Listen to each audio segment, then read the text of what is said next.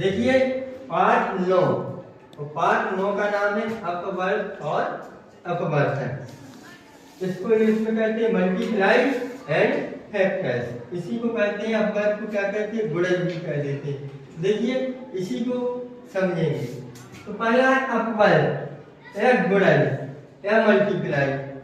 तीनों का मतलब एक ही है, चाहे अपवर्त कह दें, चाहे गुणज कह दें, चाहे मल्टीप्लाई कह दें। परिभाषा क्या है, वे संख्याएं होती हैं, गुणज या अपवर्त वे संख्याएं होती हैं जो किसी संख्या को दूसरी संख्या से गुणा करने पर प्राप्त होती हैं।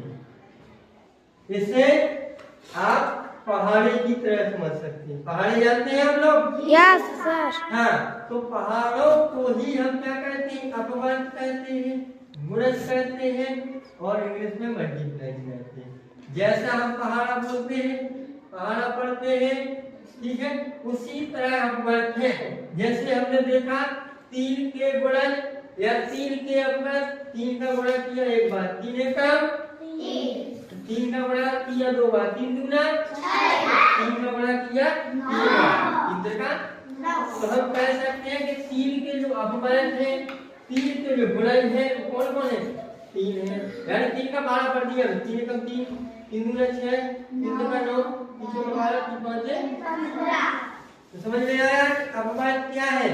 अपवर्त वे संख्याएं हैं जो किसी संख्या का दूसरी संख्या से गुणा करने पर प्राप्त हो जाती है। जैसे हमने 3 का निकाला तो 3 का हमने पहाड़ा पढ़ दिया, तो 3 के अपवर्त कौन हो गए, 3 हो गया, 6 हो गया, 9 हो गया, 12 हो गया और 15 हो गया, ठीक है।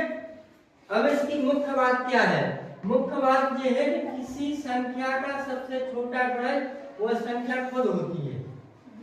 कोई भी संख्या हो तो सबसे छोटा गुणज वह संख्या ही होगी, ठीक है, जिसका हम गुणज निकालेंगे।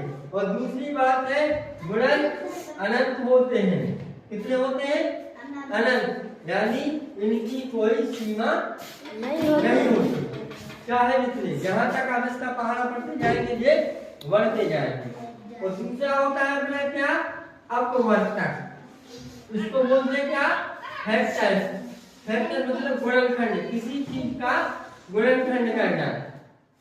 गुणनखंड का मतलब होता है वे संख्याएं जो पूरी तरह कट जाए, विभाजित हो जाए, यानी उसमें शेषफल कितना बचे अपना, शून्य।